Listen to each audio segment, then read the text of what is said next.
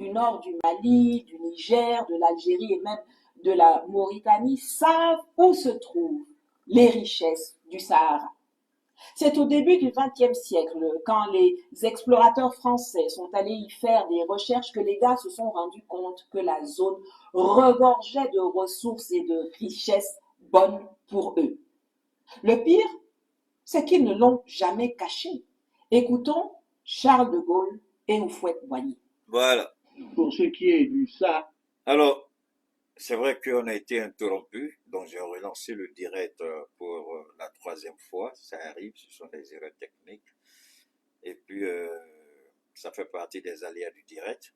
Ok? Nous n'allons pas arrêter parce qu'on a été attaqué.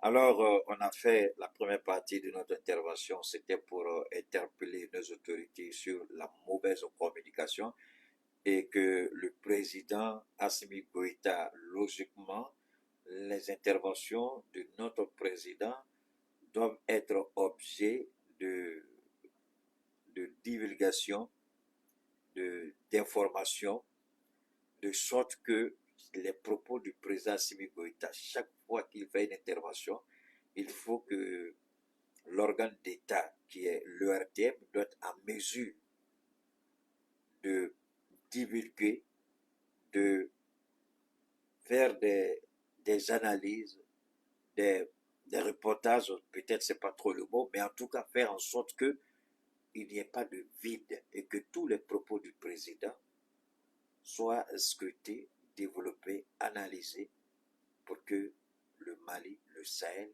puisse comprendre les enjeux du moment. Cette communication, malheureusement, chaque fois que le président parle, il n'y a pas de synchronisation, il n'y a pas de suivi, il n'y a pas cette action-là qui accompagne les propos du président. C'est malheureux, mais c'est la vérité. Alors, c'est cela que je déplore personnellement. J'aurais souhaité voir le Premier ministre travailler de concert avec son ministre de la Communication, avoir un plan chaque fois que le président parle, comment faire en sorte que les Maliens puissent comprendre de long en large. C'est parce qu'il a parlé en Djoula que c'est fini. Et ça, c'est une méconnaissance de la communication. C'est très dangereux. Quand il parle en Djoula, la langue nationale, en Babara, c'est pour le peuple. Mais le monde doit entendre, le monde doit savoir ce que le président a dit dans sa langue. Et c'est l'erreur, malheureusement. Moi, j'aurais souhaité voir une petite équipe mise en place par le Premier ministre pour dire, écoutez, au Burkina, au Niger, au Mali, les ministres de la communication doivent travailler sur une coordination de la communication. Donc, mettre en place les trois premiers ministres et les ministres de la communication et les organes d'État. Ils mettent une cellule de communication conjointe. Chaque fois que les présidents parlent, il faut divulguer, il faut propulser, il faut vendre les propos, il faut vendre le narratif, il faut amener les gens à comprendre ce qui est en jeu. Quand le capitaine parle, vous n'allez jamais voir le RT décortiquer ce que le capitaine dit. Mais pourtant, on est dans une confédération. Le général va parler, vous n'allez jamais voir le RTM. C'est malheureux. Et ça, c'est un échec. C'est un échec. Choguel, il est le plus ancien des trois premiers ministres. 1. Il est le plus âgé des trois premiers ministres. 2. Il est le plus politicien des trois premiers ministres. 3. Mais attends, quel est le problème de notre premier ministre s'il ne peut pas travailler de concert avec ses frères? On n'a pas besoin toujours des présentations médiatiques par-ci par-là. Vous pouvez travailler dans un cabinet restreint, c'est-à-dire amener nos télévisions, demander à nos ministres de la communication de vous produire un programme pour l'AES. Demandez à nos organes d'État de vous produire un programme pour l'AES. Zéro, on est là.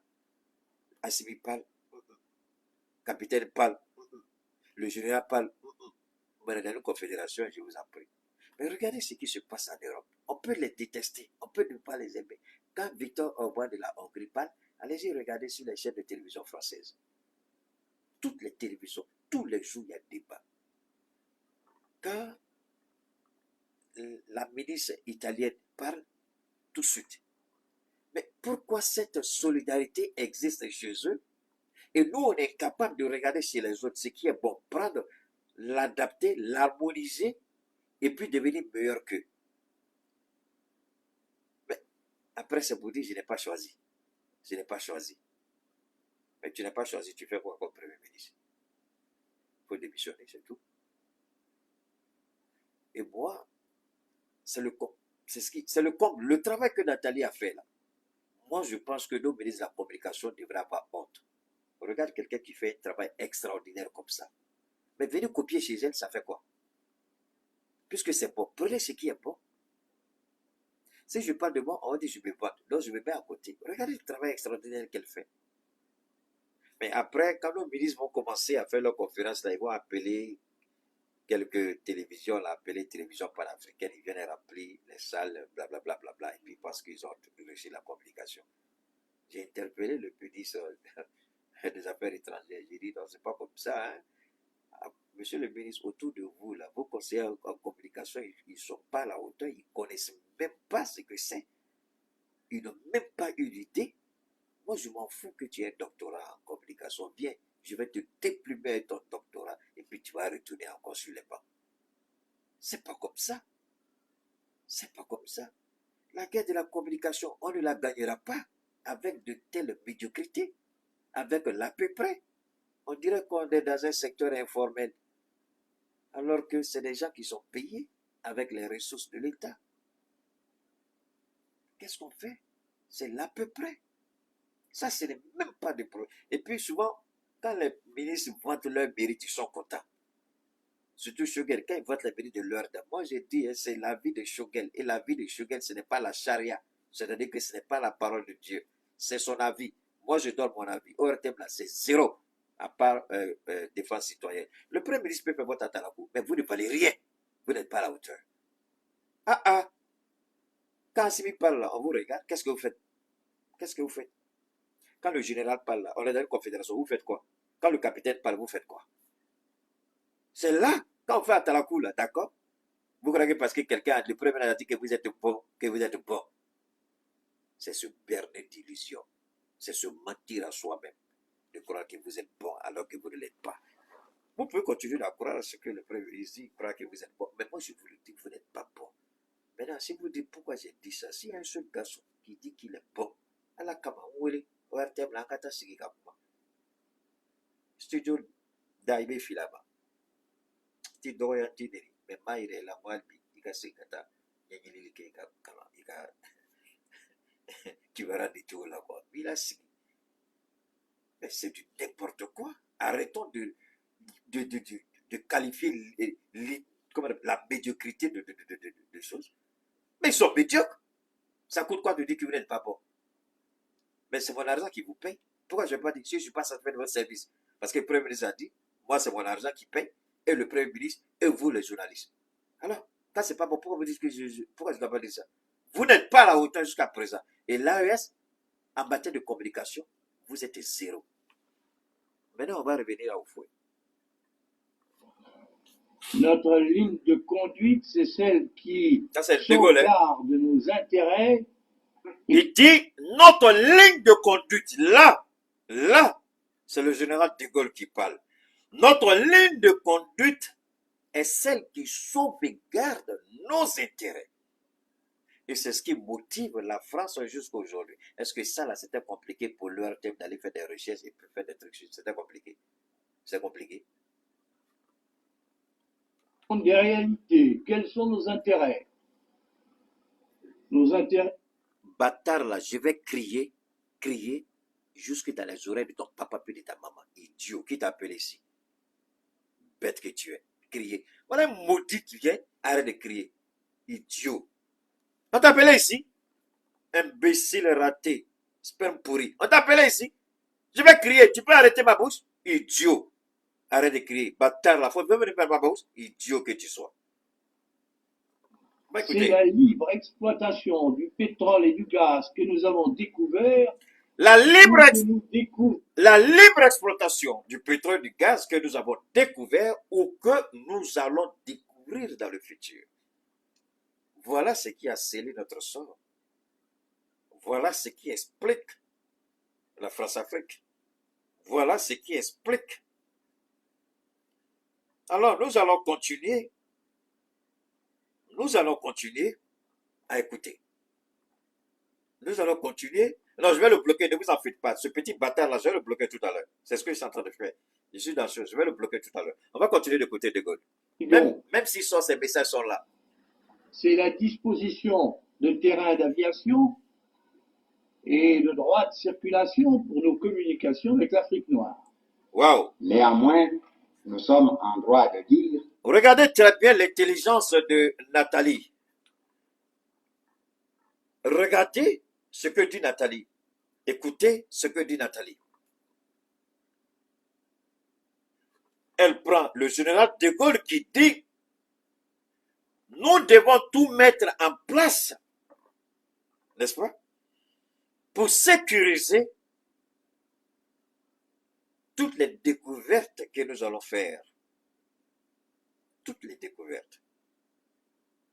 Et c'est cela notre intérêt.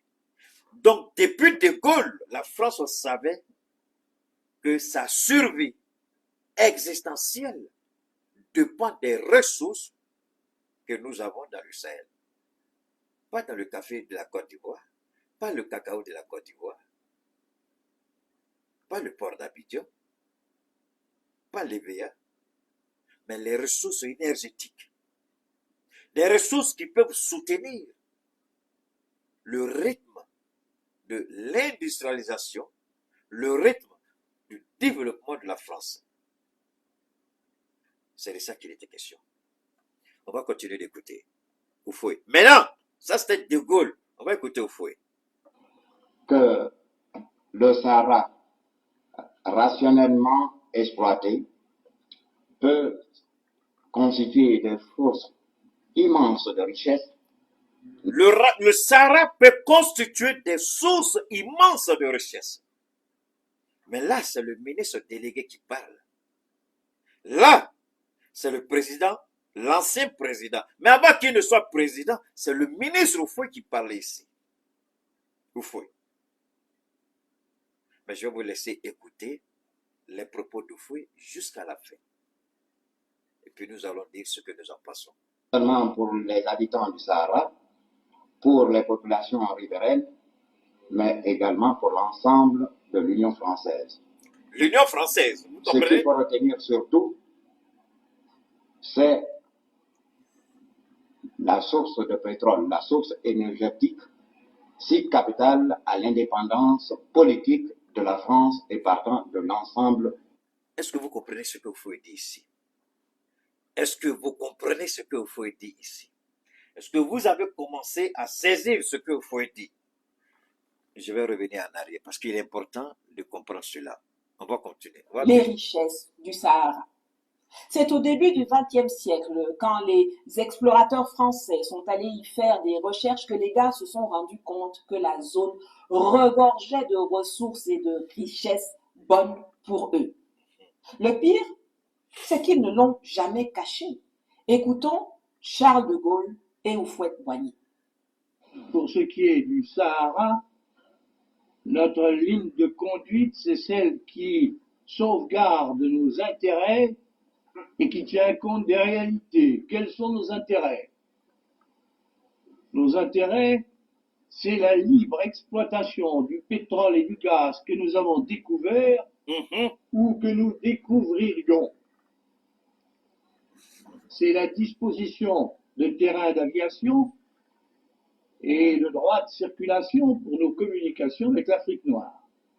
Néanmoins, nous sommes en droit de dire que le Sahara, rationnellement exploité, peut constituer des sources immenses de richesse, non seulement pour les habitants du Sahara, pour les populations riveraines, mais également pour l'ensemble de l'Union française. Ce qu'il faut retenir surtout, c'est la source de pétrole, la source énergétique, si capitale à l'indépendance politique de la France et partant de l'ensemble franco-africain. Nous voulons en effet, par l'exploitation des richesses pétrolières, rendre à la France et à l'ensemble de l'Union française leur indépendance vis-à-vis de l'étranger en matière énergétique. C'est un facteur très important dont il faut tenir compte. Je vous en prie, ici, est-ce que vous commencez à comprendre ce dont il est question? Ici, on a écouté le général de Gaulle, à l'époque président de la République française. On écoute le président Houphouët, ministre délégué à l'Élysée. Mais ce n'est pas un Africain qui parle. C'est plutôt un assimilé qui parle. Quelqu'un qui a trahi la cause, qui a trahi son continent, trahi son peuple, trahi le Sahel. Je vais vous ramener encore là parce qu'il faut que vous commenciez à comprendre très bien ce dont il est question. Ceux qui en savent le plus sur le massif des Iphoras et sur toute la zone du nord du Mali, du Niger, de l'Algérie et même de la Mauritanie savent où se trouvent les richesses du Sahara. C'est au début du XXe siècle, quand les explorateurs français sont allés y faire des recherches, que les gars se sont rendus compte que la zone regorgeait de ressources et de richesses bonnes pour eux. Le pire, c'est qu'ils ne l'ont jamais caché. Écoutons Charles de Gaulle et Houphouët-Boigny. Pour ce qui est du Sahara, notre ligne de conduite, c'est celle qui sauvegarde nos intérêts et qui tient compte des réalités. Quels sont nos intérêts? Nos intérêts, c'est la libre exploitation du pétrole et du gaz que nous avons découvert ou que nous découvririons. C'est la disposition de terrains d'aviation et le droit de circulation pour nos communications avec l'Afrique noire. Néanmoins, nous sommes en droit de dire que le Sahara, rationnellement exploité, peut constituer des sources immenses de richesses, non seulement pour les habitants du Sahara, pour les populations riveraines, mais également pour l'ensemble de l'Union française. Ce qu'il faut retenir surtout, c'est la source de pétrole, la source énergétique, si capitale à l'indépendance politique de la France et partant de l'ensemble franco-africain. Nous voulons en effet, par l'exploitation des richesses pétrolières, rendre à la France et à l'ensemble de l'Union française leur indépendance vis-à-vis de l'étranger en matière énergétique. C'est un facteur très important dont il faut tenir compte quand on pense, quand on songe à la mise en valeur des régions sahariennes. Donc, Houphouët dit, pour la mise en valeur du Sahel, il faut impérativement que la France soit indépendante de l'extérieur en termes de ressources énergétiques, puisque pour financer votre industrie, vous avez besoin de sources énergétiques, gaz et pétrole. Et le Sahara est une source immense, colossale de gaz et de pétrole. Parce que cette zone, quand vous me remontez à la préhistoire, c'était la mer. Hein? L'eau s'est retirée, la mer s'est retirée. Et en se retirant, il y a cette formation, les géologues sont bien placés pour parler de ça, ceux qui font la géologie.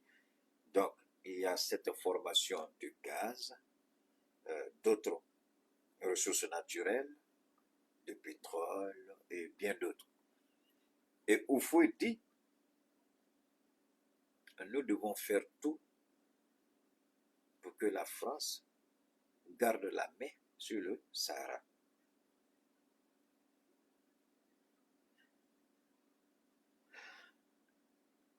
Vous n'avez qu'à regarder, écouter les dernières réactions des officiels français, même si on tente de nous faire croire que certains ne sont plus officiellement en fonction, ce qui est faux.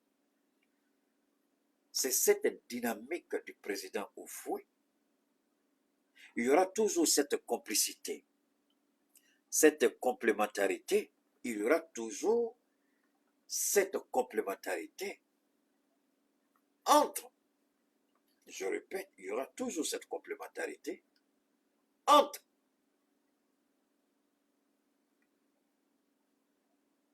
la métropole française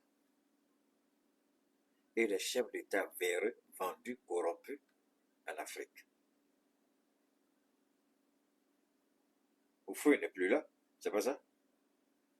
Mais Ouattara est là, Macky était là, Talon est là, Ambalo est là.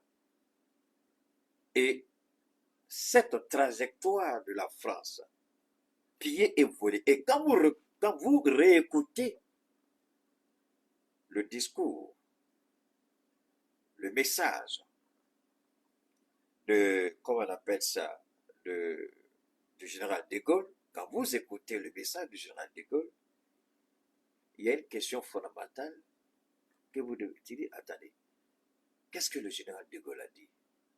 Le général de Gaulle dit, nous devrons avoir un libre accès. Un libre accès.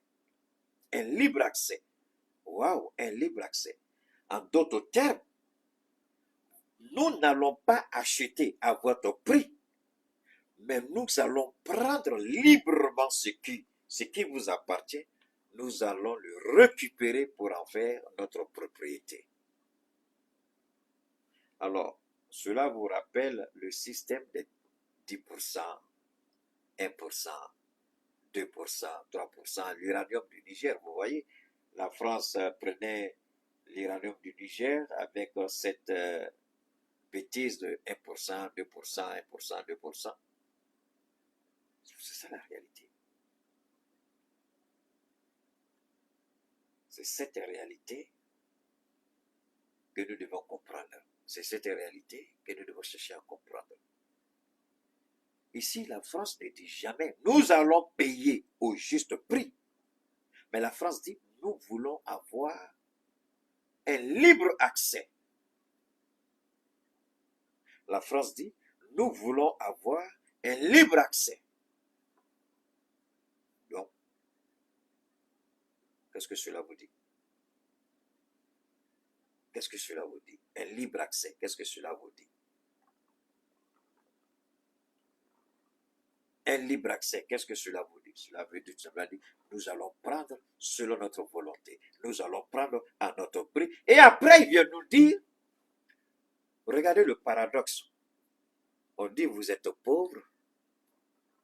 On dit, vous êtes pauvre. Vous êtes enclavé, vous êtes désertique. Et puis, on vous dit, pour les besoins humanitaires, formation militaire, assistance militaire,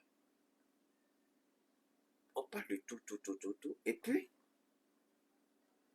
en réalité, ils savent que vous êtes tellement riches, mais il faut qu'ils arrivent à vous dire, c'est-à-dire à formater votre esprit, à inclure dans votre logiciel de réflexion que réellement vous êtes pauvre. Puisque pour exploiter ces ressources dont il est question, ils ont la technologie, ils ont le logiciel, ils ont la capacité financière pour faire ces opérations. Mais vous n'avez rien. Mais entre-temps, ils viennent vous dire, comme vous êtes pauvre, vous n'avez rien, vous n'êtes rien, alors on va vous se débrouiller. Nous qui verrons avec les équipements, le logiciel, le financement, tout, on vous donne juste ce qu'il vous faut pour ne pas mourir de faim, mais nous on prend ce qui est essentiel pour vivre dans une certaine forme d'opulence. C'est ainsi que l'Afrique a été bazardée jusqu'à ce que ces trois présidents décident. Bien avant, il y avait Sékou Touré, il y avait Thomas Sankara, il y avait Kwame Nkrumah, il y avait Patrice Lumumba, il y a bien d'autres. Mais à une époque récente, Laurent Gbagbo, aujourd'hui les trois présidents de l'AES, dire que nous ne voulons plus ça. Et on nous attaque, on nous insulte, on nous attaque, on nous insulte. On va même jusqu'à comploter au niveau des instances internationales, des institutions. On va même là-bas pour essayer de faire ce que vous connaissez. On veut même nous empêcher d'avoir droit à la parole. Mais ici, quand le peuple du Niger voit cette réalité et qu'elle comprend les manigances de l'ONU qui ont empêché le Niger de parler, parce que la France qui vole, qui pille nos ressources, manigance au niveau de ces instances-là pour empêcher un peuple souverain de s'exprimer. Mais alors, on trouve que c'est normal qu'un pays décide de voler et piller les ressources de notre État et considérer à souhait et à volonté cet État comme un État pauvre, défaillant. Il faut un État à aider. Voilà comment Oufoué nous a trahis. Oufoué nous a trahis à plus d'un titre. Parce que quand vous écoutez Oufoué parler, vous vous posez la question, qu'est-ce qui n'a pas marché chez Oufoué? Pourquoi Oufoué tient ses propos? De conduite, c'est celle qui sauvegarde nos intérêts et qui tient compte des réalités. Quels sont nos intérêts? Ici, il dit les intérêts et la réalité. Voilà deux expressions assez intéressantes. Nos intérêts qui tiennent compte de la réalité.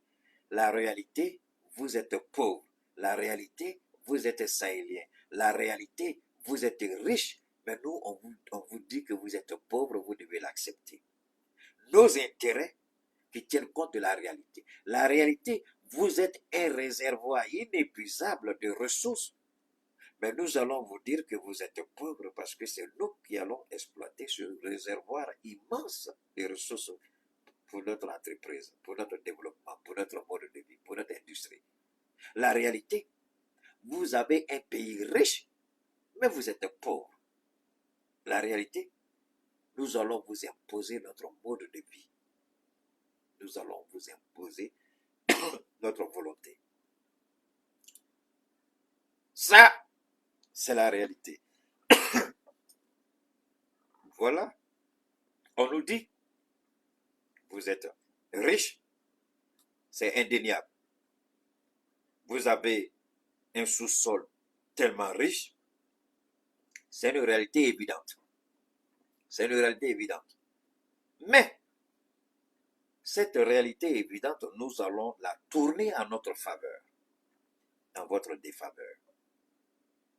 Nous allons intégrer dans vos manuels scolaires, dans vos manuels universitaires, académiques, que vous êtes pauvre. Et nulle part dans vos manuels, nous allons dire que vous avez autant de richesses dans votre sous-sol. Donc nous allons vous imposer une culture pour vous dominer. C'est ce à quoi on a assisté, c'est ce à quoi on a vécu.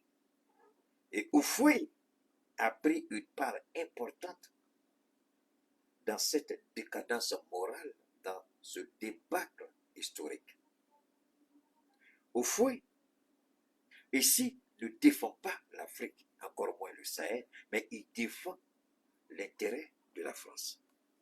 Nos intérêts, c'est la libre exploitation du pétrole et du gaz que nous avons découvert ou que nous découvririons.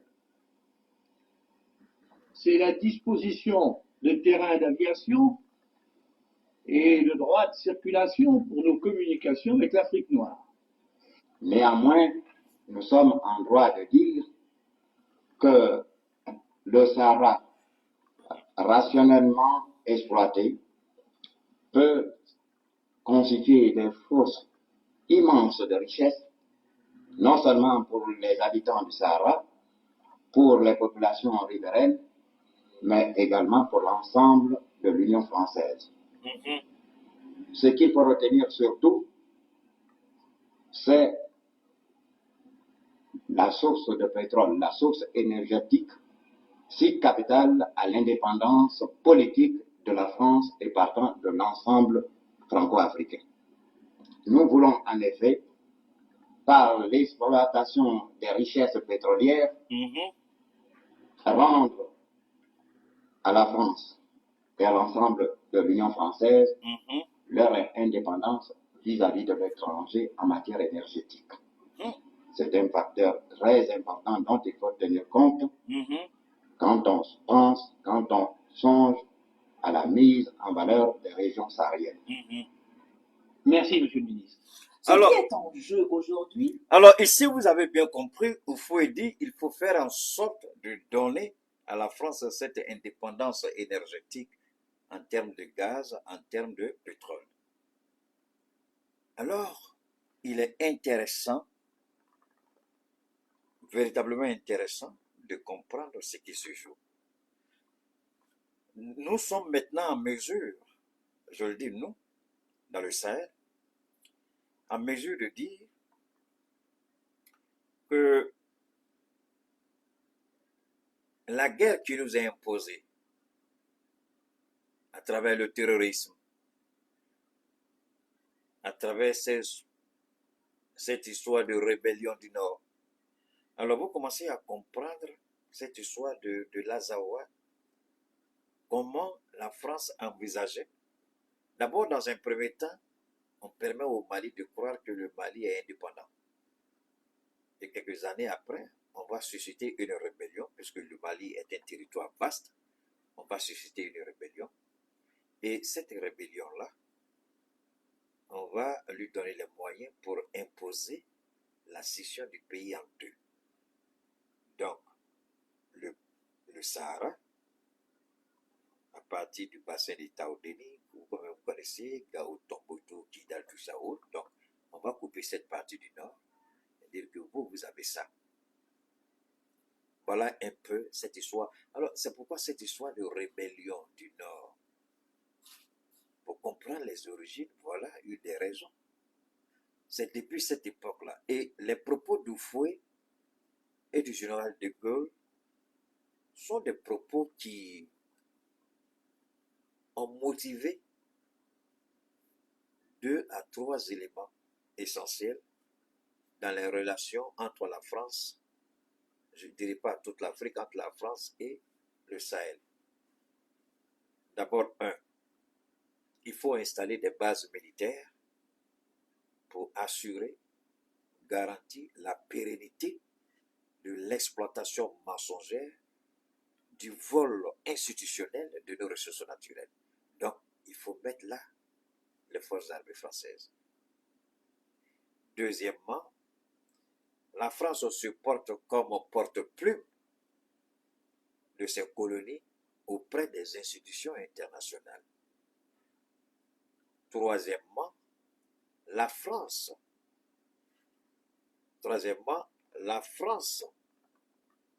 je répète, troisièmement, la France instaure une monnaie coloniale pour nous dominer, pour nous manipuler, parce que c'est avec cette monnaie coloniale que la France, semble-t-il, garantit cette monnaie auprès des institutions, auprès des pays. Donc la garantie de la France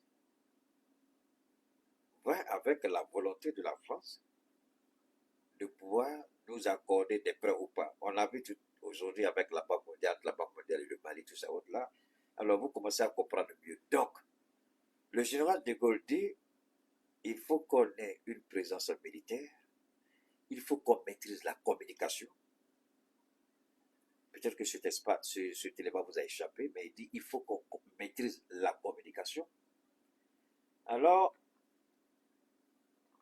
dans 20 secondes, il y a un idiot qui a tellement raconté sa vie de peine, mais j'espère qu'il va continuer. Il va continuer parce qu'ils ont tous été bloqués.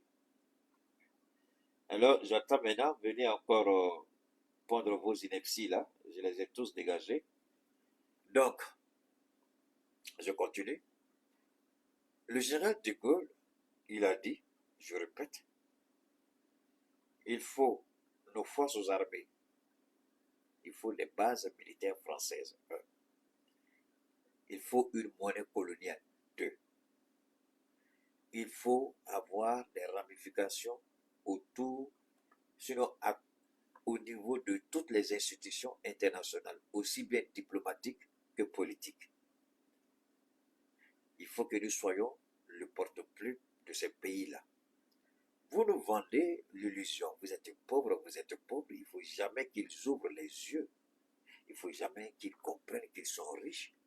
Parce que le jour où ils vont savoir qu'ils sont véritablement riches, le jour où ils comprendront qu'ils sont véritablement riches, ce sera fini pour notre mode de vie. C'est ce que le général Lecomte a dit. Un jour ou l'autre, il va falloir prendre les armes et retourner en Afrique. Parce que nous n'avons rien pour assurer la pérennité de notre mode de vie. Ils ont des richesses inestimables qu'ils ne sont même pas encore exploitées. Vous savez, c'est ça la faveur que Dieu nous a faite.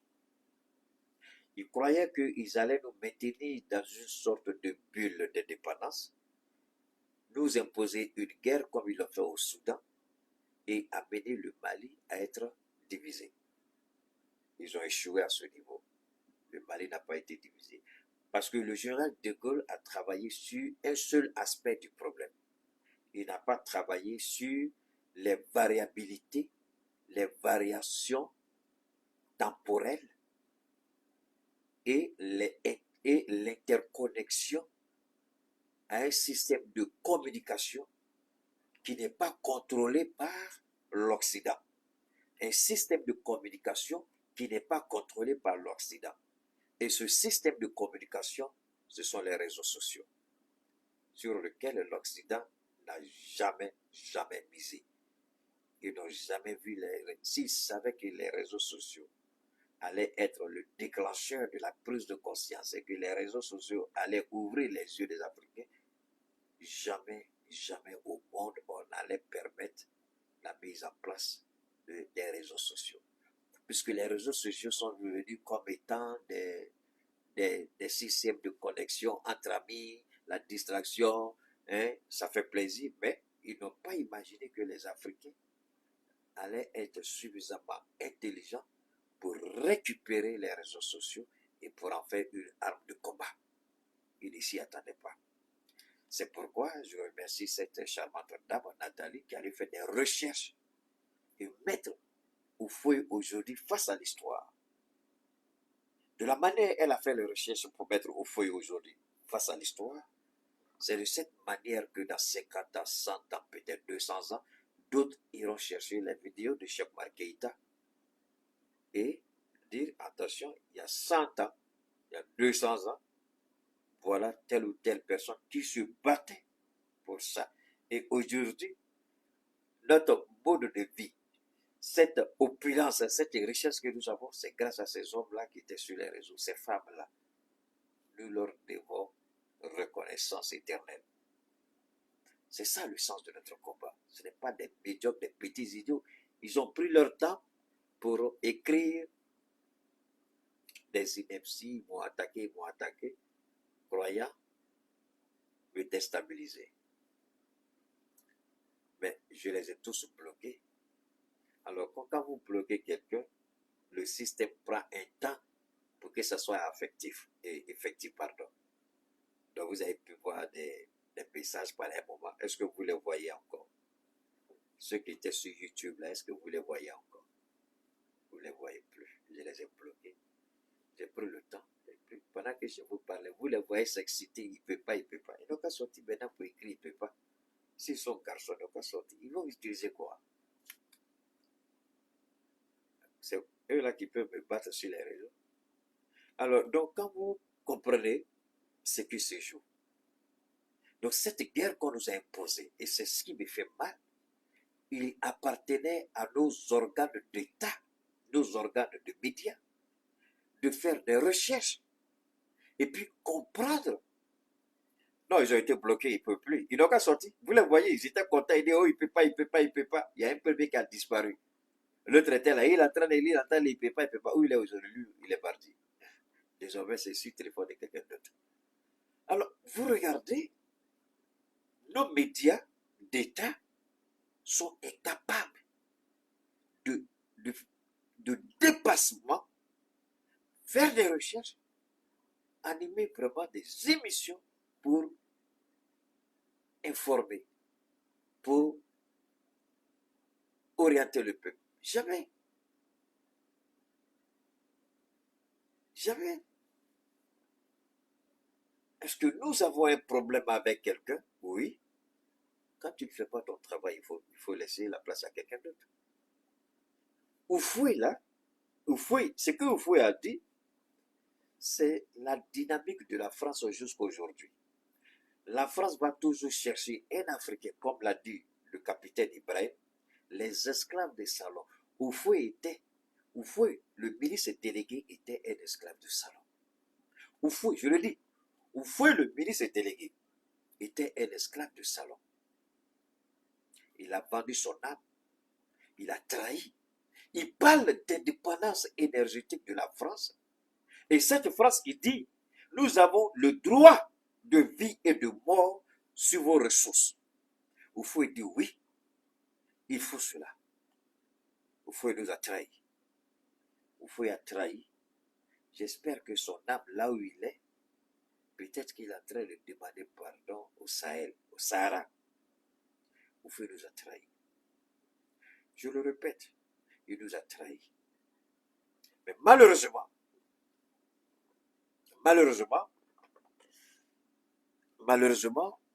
voilà Oufoué qui, après la trahison de trop, voilà ce que Oufoué dit finalement. Le même Oufoué qui dit, nous on n'est pas camarades de quelqu'un. On va écouter ça, on va écouter le vieux. On va l'écouter maintenant. Alors voyez-vous, nous sommes extrêmement patients, mais des patients actifs. Mais que s'est-il passé entre le ministre délégué à l'Élysée et le président Oufoué? De 1959, 58, 59, il était ministre délégué. Et là, nous parlons des années 80 où il est président de la République. Donc, il savait exactement ce qu'il faisait. Il savait exactement où il mettait les pieds. Mais il a pris le risque de nous trahir au profit de la France. Oufoué savait très bien ce qu'il faisait. On va l'écouter encore. Garder le progrès, on ne peut pas supprimer le progrès. Nous avons la certitude que dans 20 ans, 30 ans, 40 ans, au plus, qu'est-ce 40 ans dans la vie des peuples quand le monde compte des milliards d'années d'existence? Mais ce n'est pas ce qu'il a dit quand il était ministre délégué. Ce n'est pas ce qu'il a dit quand il était ministre délégué. Permettez-moi s'il vous plaît. Alors, attendez, hein. Il y a un idiot qui est en train d'insulter des gens ici. S'il insulte des gens, bon, je vais le détruire. Il ne faut pas insulter les gens ici. D'accord? Ok. Ça, c'est Oufoué qui parle là. Ça, c'est Oufoué qui parle. Ça, c'est Oufoué. Mais que s'est-il passé entre le ministre délégué? C'est la même question que j'ai posée à Ousmane Sonko. Hein. J'ai dit, que s'est-il passé entre l'opposant Ousmane Sonko, le prisonnier Ousmane Sonko et le premier ministre Ousmane Sonko? Quelque chose s'est passé de l'opposant à la primature. Et le ministère délégué au président, il a compris. On va l'écouter encore. Nous aurons des hommes capables de transformer nos matières premières. Quand nous aurons à discuter en ce temps-là, quand ils auront à discuter en ce temps-là du coût de l'acier, non pas de minerai de fer, bien alors, il y aura un langage qui sera compris, le langage de l'intérêt commun. Il a changé. Il va de la survie de l'Europe. Il sait de quoi il parle. Et de la vie de l'Afrique. Il y a une nuance. Voilà, la survie. Écoutez bien. Je continue à me battre pour faire comprendre à nos partenaires européens que la lutte finale, cette lutte doit être finale. Ce ne serait pas avec des fusils, Je serai sur le plan essentiellement économique. Uh-huh. Et l'Europe n'a pas de matières premières. Uh-huh. Les Américains en ont, mais pas en quantité suffisante pour en céder à leurs frères et leurs alliés européens. Bon, ça c'est au fouet. Hein? L'Asie, la question l'intéresse. Ça c'est au fouet. D'accord? Je vais vous ramener ici une dernière fois pour que vous puissiez comprendre un peu qu'est-ce qui n'a pas marché, quel était le problème. Hein? On va revenir, j'espère qu'on va pouvoir. Voilà, et au fouet est là, je vais le ramener un peu ici encore. On va écouter encore au fouet. Quels sont nos intérêts? Nos intérêts, c'est la libre exploitation du pétrole et du gaz que nous avons découvert ou que nous découvririons. C'est la disposition de terrains d'aviation et de droits de circulation pour nos communications avec l'Afrique noire. Néanmoins, nous sommes en droit de dire que le Sahara, rationnellement exploité, peut constituer des sources immenses de richesse, non seulement pour les habitants du Sahara, pour les populations riveraines, mais également pour l'ensemble de l'Union française. Ce qu'il faut retenir surtout, c'est la source de pétrole, la source énergétique, si capitale à l'indépendance politique de la France et partant de l'ensemble franco-africain. Alors, vous voyez, là, c'est le ministre délégué, l'assimilé ou fouet, l'esclave de salon qui défend les intérêts de ses maîtres, la France. Et devenu président, quand il a senti la trahison de la France, quand il a compris qu'on ne peut pas faire confiance à ceux-là, il s'est rétracté. Il a commencé à dénoncer la politique d'exploitation, le néo-impérialisme de la France. Au fond, il s'est senti trahi et il a commencé à taper du poing sur la table. Mais avant, c'est celui qui a trahi. Mais aujourd'hui, les États de l'AES, est-ce que nous demandons à quelqu'un de nous aimer? On n'a même pas besoin de quelqu'un. Alors, vous savez ce qui est intéressant, permettez-moi d'ouvrir cette petite parenthèse. Ce que j'appelle les enfants de capote percée, c'est que j'appelle les enfants issus de spermatozoïdes pourris, parce que quand le spermatozoïde qui est allé en contact là, et puis vous êtes né, s'il n'est pas pourri, c'est que c'est un spermatozoïde qui est maudit. C'est-à-dire depuis l'éjaculation, il était déjà maudit. C'est en cela que vous voyez des ratés, des pervers, des dévergondés. Vous n'avez pas affaire à l'AES. Vous n'avez même pas affaire à Keïta. Nous, on est petits dans ce combat. Ce qui est intéressant, vous allez mourir comme nous tous. Allez demander à tous ceux qui se sont attaqués injustement. Quand vous venez dire AES, ce truc des esclaves là, vous croyez que bâtard que vous êtes là, vous pouvez empêcher l'AES de ce qu'elle est? Voilà un premier combat que nous avons gagné. Celui même qui était le champion de la France-Afrique, Houphouët. Où se trouve Houphouët? Il est mort. Mais avant sa mort, il s'est repenti. Mobutu Sese Seko, où est-il? Il est mort. Avant sa mort, il s'est repenti. Omar Bongo. Mais c'est des hommes qui ont gouverné des pays, des États, qui étaient vachement riches. On roulait le tapis rouge devant eux. Mais vous, les spermatozoïdes pourris que vous êtes, qui vous connaît? Qui connaît votre nom? Qui connaît votre existence? Personne. Que retiendra l'histoire de votre vie minable, ridicule, qui n'a jamais été une vie en réalité? Parce que vous êtes nuisible à l'évolution de l'Afrique. Qui vous connaît? Personne. Alors, voilà un champion, un as. Il a construit la basilique de Yamoussoukro. Je crois que c'est la deuxième basilique la plus grande au monde après celle du Vatican, pardon. Mais quand vous, les enfants de capote percés, spermatozoïdes pourris, dont l'existence est égale à la mort, quand vous venez vous attaquer, nous sommes les moutons de Vladimir Poutine. Eux, on est fiers. Parce qu'au moins, c'est les moutons de Poutine, on a des cornes. Et nos cornes, là, quand on prend, on t'allume, là, Ça te transperce, ça te transperce jusqu'à la colonne vertébrale. Et puis on va dépiécer tout ce qui est dedans là. Mais vous, les moutons de la France, là, est-ce que vous avez corne? Les moutons, est-ce que vous avez corne? Vous n'avez pas corne. Nous, on a corne. Quand on met la tête là, c'est dur. Quand tu couilles là, tu sais qu'on t'a couillé. On est fiers d'être les moutons de Poutine parce qu'au moins, Poutine nous nourrit bien et puis des cornes poussent pour nous défendre. Mais vous êtes des moutons, est-ce que vous pouvez vous défendre? Nous, on n'est pas complexés.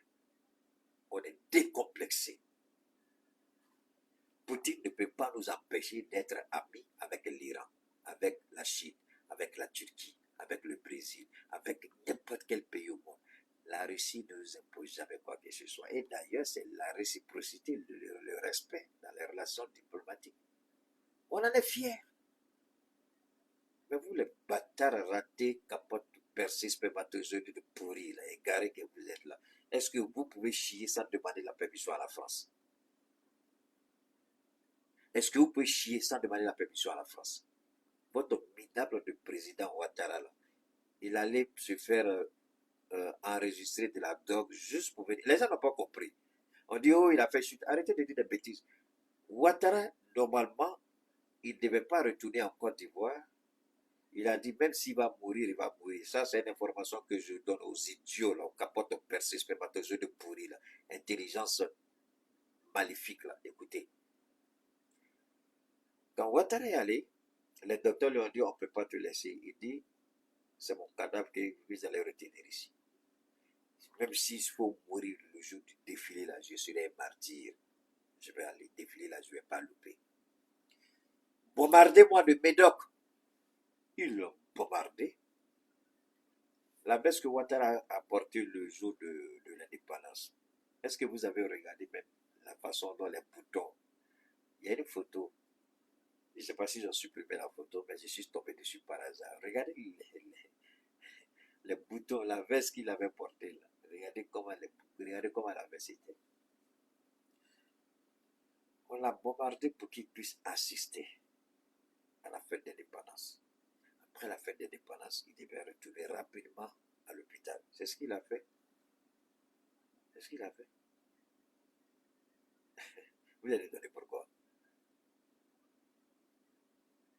Alors, cette réalité, aujourd'hui, Oufoué, là où il est, ce Oufoué qui parle là. En effet, par l'exploitation des richesses pétrolières, rendre à la France et à l'ensemble de l'Union française leur indépendance vis-à-vis de l'étranger en matière énergétique. Alors, c'est cette politique, l'indépendance de la France et de l'Union française. Vous croyez que certains États africains, certaines colonies, anciennes colonies, vous croyez que ces colonies-là sont sorties de la France-Afrique? Le Gabon n'est pas sorti, la Côte d'Ivoire n'est pas sortie, le Sénégal n'est pas sorti. Il n'y a que pour le moment 3 pays qui sont sortis. Le Mali, le Burkina, le Niger. Tout le reste, ils sont encore dedans. Alors, ces 3 pays pauvres sortent de la France-Afrique. Pourquoi ça fait mal tant? Pourquoi on dit on n'aurait jamais dû quitter le Sahel, on n'aurait jamais dû quitter le Sahel? Mais en réalité, ces 3 pays pris ensemble sont plus importants, plus puissants sur le plan énergétique que n'importe quel pays. Gabon, Côte d'Ivoire. Sinon, on dit Gabon est riche, il y a bois là-bas, il y a pétrole. Mais pourquoi le Gabon peut suffire à la France? La Côte d'Ivoire peut suffire à la France. C'est qu'il y a quelque chose qu'on n'a pas encore dit sur le Sahel. Pourquoi le Sahel pose tant de problèmes alors qu'ils ont la Côte d'Ivoire considérée comme pouvoir de l'économie de l'UMOA? Vous avez la Guinée avec vous. Mamadi Doumbouya vous a donné la Guinée. Alassane Ouattara vous a donné la France. Ambalo vous a donné, qu'on appelle ça, son pays. L'autre là, il vous a donné la Gambie. Bassirou et son frère vous ont donné le Sénégal. Alors, pourquoi c'est compliqué pour vous de ne pas laisser la Centrafrique, le Mali, le Burkina et le Niger? Donc, il y a quelque chose qu'on n'a pas encore dit. Qu'est-ce qu'on n'a pas dit? Qu'est-ce qui est dans le Sahara? Qu'est-ce qui est dans le Sahel que vous n'avez pas encore dit? Puisque vous êtes en relation et avec le Maroc, avec le Nigeria, qui est le géant du pétrole, vous êtes en collaboration avec l'Égypte, la Tunisie, la Mauritanie, l'Algérie. Mais pourquoi ces trois pays-là, pauvres enclavés, posent problème? Donc, il y a une réalité qui n'a pas encore dit. Il y a une réalité qui est encore cachée. Quelle est cette réalité? Ces trois pays réunis sont plus riches que tous ces pays que je viens de préciter en termes de ressources naturelles. Je vous ai dit qu'il y a une information qui a fuité, vrai ou faux. Pour le moment, je parle avec un peu de réserve. 4 000 milliards de barils, c'est la plus grande réserve au monde jamais découverte. 4 000 milliards, c'est la plus grande réserve au monde de pétrole jamais découverte dans un pays. Jamais. Alors vous croyez que ça, là, les gens sont prêts à laisser. Mais c'est pourquoi Assimi a dit, on va faire la guerre. Et cette guerre, nos médias d'État doivent nous accompagner dans cette guerre. Mais on ne les voit pas, à l'exception de la RTB et quelquefois de la radio-télévision nationale du Niger. Le RTM, là, on n'en parle pas. Eux, parce que défense citoyenne, là, c'est fini, c'est tout. Pourquoi ça pose un problème à l'élite française? Alors que ce que nous disons, nous n'avons jamais dit que nous voulons empêcher la France d'exploiter nos ressources. C'est pas ce qu'on a dit. On dit, si la France veut être un partenaire sincère et crédible, alors c'est sur la base de l'égalité. Pas sur la base de 10%, 5%, 15%. Non, c'est terminé. Est-ce que c'est un crime de dire que ce qui m'appartient, je le vends à mon prix? Quel est le crime? Quel est le crime? Acheter à nos conditions? Parce que déjà, s'ils achètent à nos conditions, ça veut dire que le coût de la vie doit augmenter. Si le coût de la vie augmente là-bas, les entreprises vont vendre cher. Si les entreprises vendent cher, c'est compliqué pour eux. Alors donc, nous voler, nous piller, nous tuer pour développer votre mode de vie, pour maintenir votre mode de vie. Donc nous faisons la guerre par rapport à nos ressources. Alors quand on nous parle de rébellion armée, de Touareg, de terrorisme, c'est pourquoi ce terrorisme, on va les tuer jusque dans les pays frontaliers. On va les tuer jusqu'au Nigeria. On va les tuer sans retenue jusqu'à Mauritanie, jusqu'à Algérie, jusqu'au Tchad. On ne fera pas cadeau à quelqu'un. Mais les terroristes seront obligés, devant l'évidence, de faire un choix. Soit on périt dans le Sahara, soit on mourit dans le Sahel, ou aller ailleurs, c'est-à-dire Bénin, Togo, Côte d'Ivoire, Sénégal et autres, ou pourquoi pas en Europe, au Canada, aux États-Unis. Parce que nous, on ne le fera pas. Alors, c'est pourquoi je félicite le départ du ministre Sadio Kamara en Russie actuellement. Le Mali, le Niger, le Burkina sont en train d'acheter des équipements qui n'ont rien à voir ce que vous avez vu. Maintenant, là, les équipements qui vont venir, je n'ai pas trop parlé. On va laisser ça comme ça. Les équipements qui vont venir, c'est des équipements. D'abord, ces équipements-là ne viendront pas comme ça. Il y a des équipements d'autres technologies. Au lieu que chaque fois, il faut les amener, par exemple, en Russie pour faire l'entretien, le temps que nous-mêmes on maîtrise l'entretien, la Russie va installer sa plus grande base militaire pour la première fois, une base véritablement militaire dans la zone des trois frontières. Mais nous, on aura notre indépendance, notre souveraineté sur les trois frontières. La base russe, ce n'est pas pour venir comme la base américaine, non. Les maintenances, les formations, au lieu qu'on aille en Russie, ça revient beaucoup peut-être souvent trop cher, donc tout se fera sur place. Et cette base sera une véritable forteresse. Parce que les avions, nos avions peuvent venir en pièces détachées, monter là-bas. Pendant ce temps, nos hommes vont suivre leur formation aussi là-bas. Donc ce ne sera pas seulement une base armée, mais ce sera aussi une école, un centre de formation de haute technologie.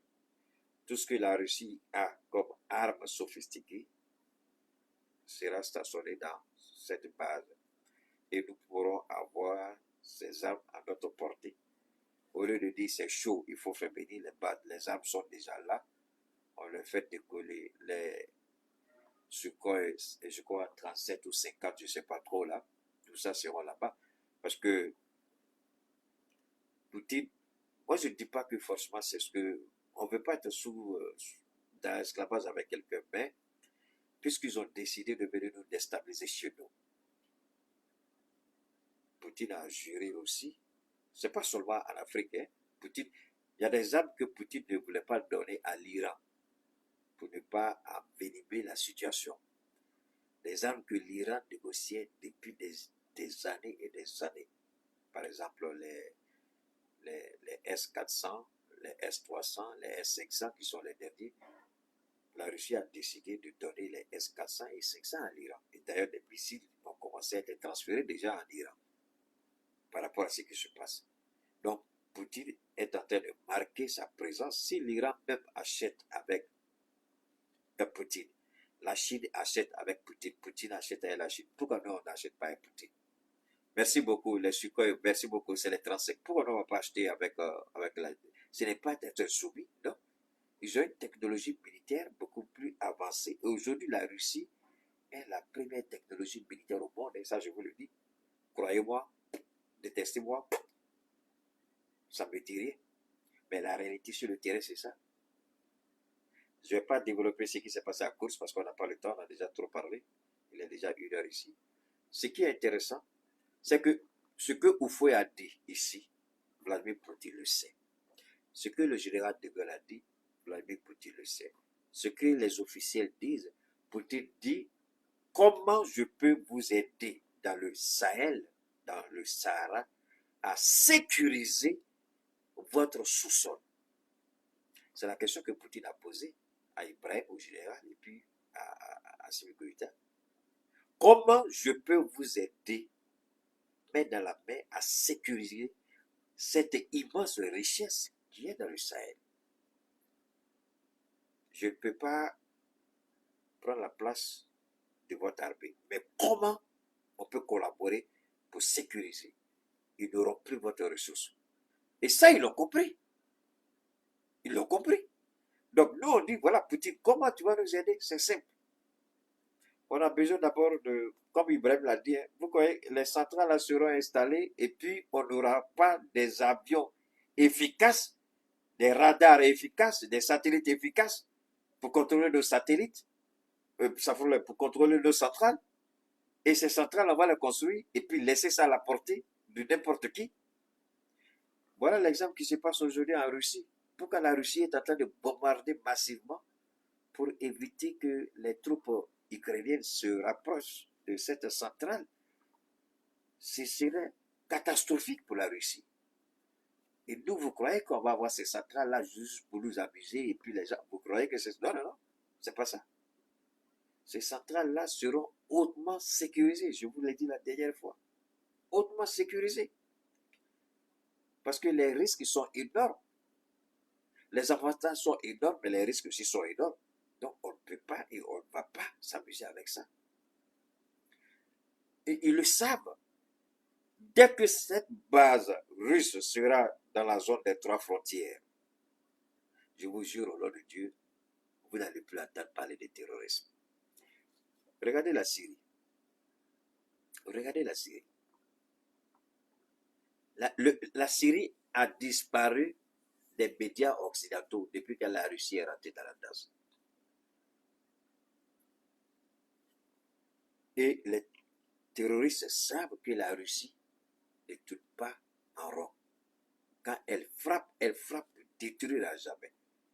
Alors, nous, on a un partenaire, on est bouton de la Russie, on est fiers d'être ce bouton-là, parce que ce bouton-là sera bien nourri, bien musclé, avec des cordes solides, pour frapper n'importe quel ennemi, n'importe quel adversaire. Et si c'est un bouton comme ça, on est fiers d'être ce bouton-là, parce qu'on sera à la hauteur des enjeux. Houphouët a trahi, il a essayé de se racheter au seuil de sa mort. Vous avez entendu. Après sa trahison, vous l'avez écouté. Hein? Vous l'avez écouté, on peut, après sa trahison, on a tous écouté au fond. Voilà ce qu'il a dit. Et ça, là, on n'a pas oublié. Alors, voyez-vous, nous sommes extrêmement patients, mais des patients actifs.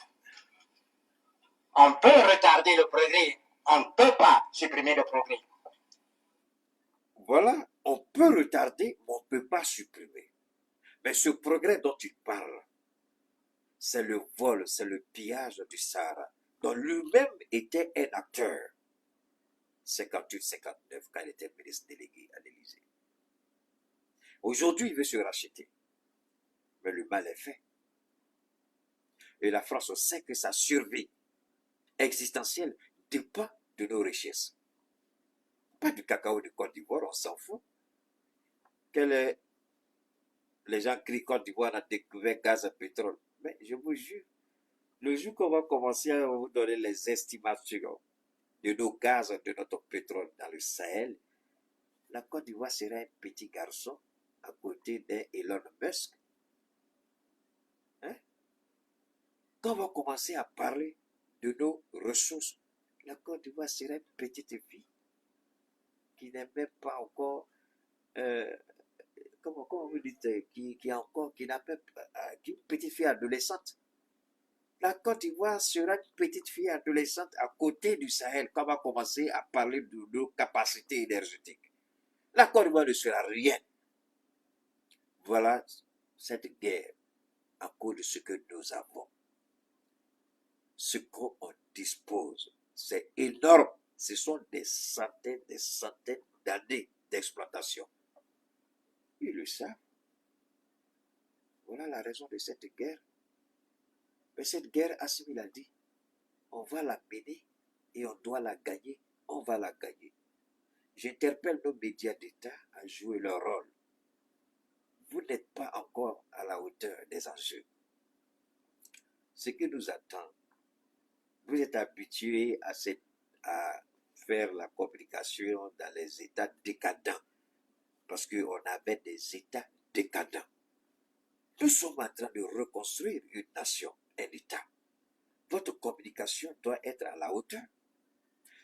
J'ai été heureux de suivre la prestation de serment de Paul Kagame. Pendant que je regardais la prestation de serment, l'armée de Kagame, le Rwanda, j'ai dit ce pays vient de loin. Le Rwanda était sur le point d'être effacé de la surface de la terre. On peut tout dire de ce monsieur-là, mais on ne pourra jamais dire qu'il est un traître pour l'Afrique ou pour le Rwanda. Il a construit le Rwanda à partir de zéro. Le fait du Rwanda est un des États les plus prospères de l'Afrique, voire dans le monde. Il a rebâti ce pays à partir de zéro. Il dit, vous voulez faire politique, allez ailleurs. Ici, on ne fait pas politique, parce que ce qu'on veut là, on n'a pas encore atteint. Et tant qu'on n'a pas atteint, on n'a pas besoin de vous. C'est pourquoi il avait rompu toutes les relations diplomatiques avec la France. Jusqu'à une date récente. Il dit, il veut avoir aucune, parce que la France, il a toujours demandé à la France de déclassifier le document sur les génocides rwandais, parce que la France est responsable, et c'est la France et la Belgique qui ont orchestré le génocide rwandais. La France n'a jamais voulu, jusqu'à la date d'aujourd'hui, la France n'a jamais déclassifié le document sur ça. Et Paul Kagame dit, tant que c'est comme ça, on n'aura pas de relation. Il est sorti de la francophonie, il est entré dans ce qu'on appelle le truc anglais, là. Et il a décidé que le français ne soit plus la langue officielle, mais je crois qu'il a choisi l'anglais ou quelque chose comme ça. Mais la France a peur de Kagame. Kagame n'est pas garçon il n'est pas garçon de quelqu'un, c'est-à-dire c'est pas le petit frère de quelqu'un. Lui, quand tu vois sa tête là même, là, tu dis ça, c'est la tête d'un petit bandit. Mais quand Kagame il a reconstruit le Rwanda, vous croyez que c'est à la démocratie il a reconstruit le Rwanda? Il dit, je ne veux pas de démocratie ici. Et je ne veux pas qu'on vienne mettre la bouche dans mes affaires. Si une organisation parle, le lendemain on dit sort. On le chasse du Rwanda. Un État parle, on dit rupture de relations. Kagame, il avait coupé les relations avec un grand nombre de pays. Je répète, Il avait rompu les relations diplomatiques avec un grand nombre d'États européens. Tu parles et dis, allez, dehors. Je construis mon pays, je n'ai pas le temps pour ça. Mais aujourd'hui, là, tout le monde va frapper à la porte du Rwanda. Tout le monde va frapper à la porte du Rwanda. Vous n'avez qu'à aller au Rwanda pour voir ce qui s'est passé. Et ce qu'il est en train de mettre en place, là, personne ne va s'amuser dans le Rwanda à vouloir poser des actes. À la fin de la cérémonie, quelque chose m'a marqué. Ils ont... Merci beaucoup, le Commonwealth. Merci les gars, merci beaucoup. Merci. Le drapeau rwandais est vénéré. J'ai dit le drapeau rwandais est vénéré. À la fin de la cérémonie, c'est la police militaire avec les motards, les forces spéciales. Quand la cérémonie était sur le point de finir, le drapeau rwandais solennellement a été présenté au président. Les gens sont venus avec, je ne sais pas comment, des fourreaux quoi, blancs.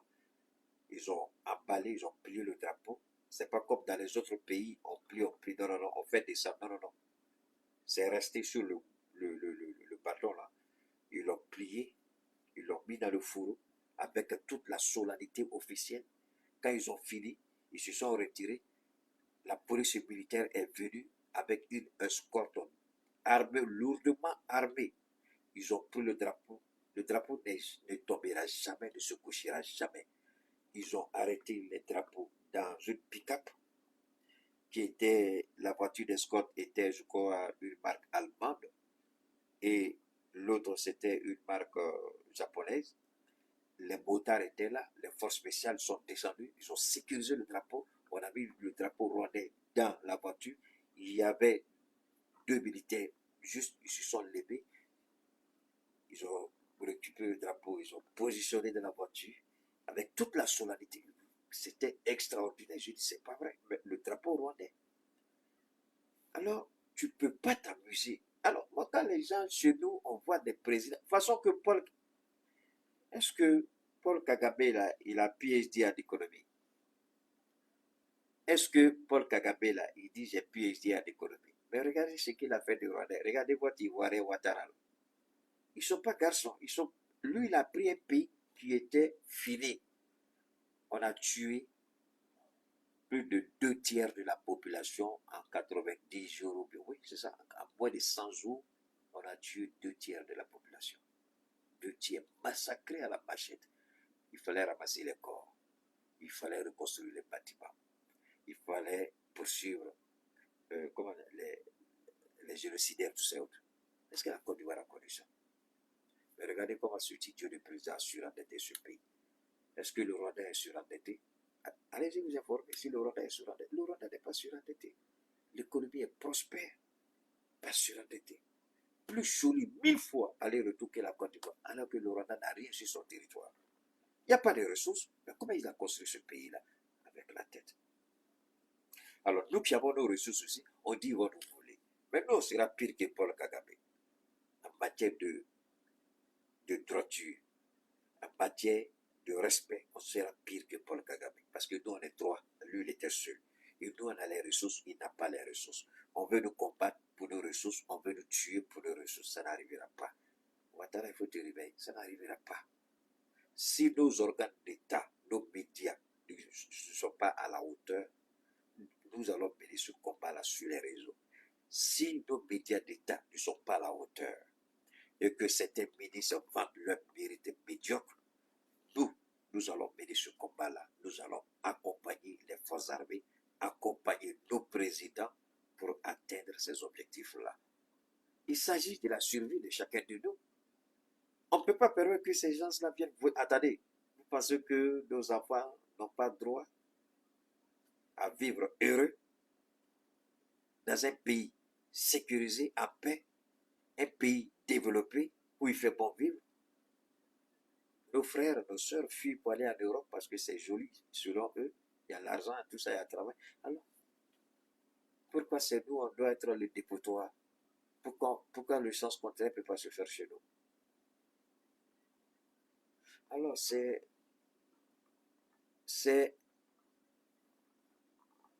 attendez, donnez-moi une seconde. Et je vais voir rapidement quelque chose ici. Donne-moi une seconde, s'il vous plaît. Je veux rapidement. Ok. C'est important, ouais. Donne-moi. Il y a une seconde.